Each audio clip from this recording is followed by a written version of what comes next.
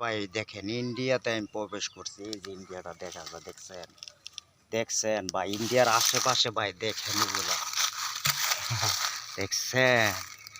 এইখানে আসলে একটু সাবধানে আসবেন, সচেতন ভাবে আসবেন। দেখেন এই দিক দিয়ে রে ভাই যে জিনিস আছে এগুলো না বললে ভাই আপনারা বুঝতে পারবেন না। এই যে দেখেন ইন্ডিয়াটা কিন্তু দেখা যায়, আমি কিছুক্ষণের ভিতরে ইন্ডিয়াটা প্রবেশ করব এবং আপনাদেরকে দেখানোর চেষ্টা করব। দেখেন নিরিবিলি জায়গাতে রে ভাই, দেখেন কত বোতল পরে আছে, এগুলা খায় ইন্ডিয়ানরা, ওপেনলি ভাবে খাইতেছে তারা। কিন্তু আমরা বাঙালির এইগুলো ওপেনলি খাইলে কিন্তু সমস্যা, আমাদের ঝামেলা হয়ে যাবে। দেখেন আরও অনেক বোতল চোতল ভাই পয়রা লইছে, এদিকটা কত কিছু পয়রা লইছে রে ভাই। ইন্ডিয়াতে একদম নিরিবিলি, দেখছেন একদম ইন্ডিয়াতে একদম এই দিক দিয়ে আপনারা যেতে পারবেন ইন্ডিয়া খুব সহজে।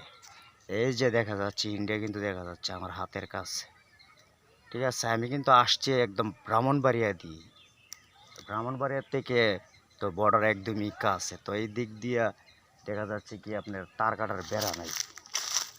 হ্যাঁ, এই দিক দিয়ে ইন্ডিয়ান বাংলাদেশিরা যারা মনে করেন পরিচিত আত্মীয় স্বজন আছে তারা যেতে পারবে, এই দিক দিয়ে যেতে পারবে।